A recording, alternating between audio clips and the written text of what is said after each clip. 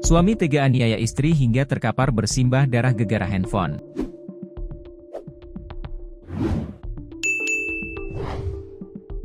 Dipicu masalah handphone, suami di Bengkalis, Riau tega aniaya istri hingga terkapar bersimbah darah. Penganiayaan tersebut dilakukan sang suami di rumah mereka sendiri di Jalan Gajah Mada, Desa Bantan Tengah pada Minggu sore, 13 April 2025. Setelah melakukan perbuatannya itu, sang suami kebingungan hingga lari ke rumah paman korban untuk mengakui perbuatannya. Korban merupakan seorang ibu rumah tangga bernama Susilawati, 34, meninggal dunia akibat perbuatan suaminya.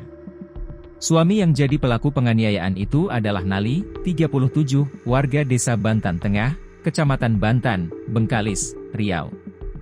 Kasat Reskrim Polres Bengkalis, AKP Gian Wiatma Joni Mandala, menjelaskan bahwa keributan pasangan suami istri ini dipicu oleh masalah gadai handphone yang dilakukan oleh pelaku. Masalah ini membuat korban marah dan memicu cekcok di antara mereka, ungkap Gian. Dalam keadaan emosional, Nali mengambil kapak yang berada di lemari makan dan mengayunkannya sebanyak 2 kali ke arah leher Susilawati. Akibatnya, korban langsung tumbang setelah 2 kali terkena kapak.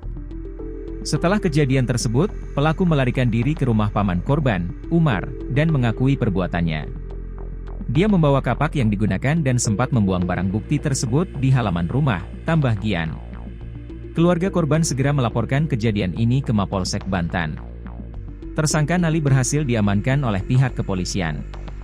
Dalam pemeriksaan awal, Nali mengakui perbuatannya dan mengakui bahwa mereka sering terlibat cekcok sebelumnya terkait berbagai masalah. Saat ini, tim Satreskrim Polres Bengkalis telah mengamankan barang bukti berupa kapak dan pakaian korban.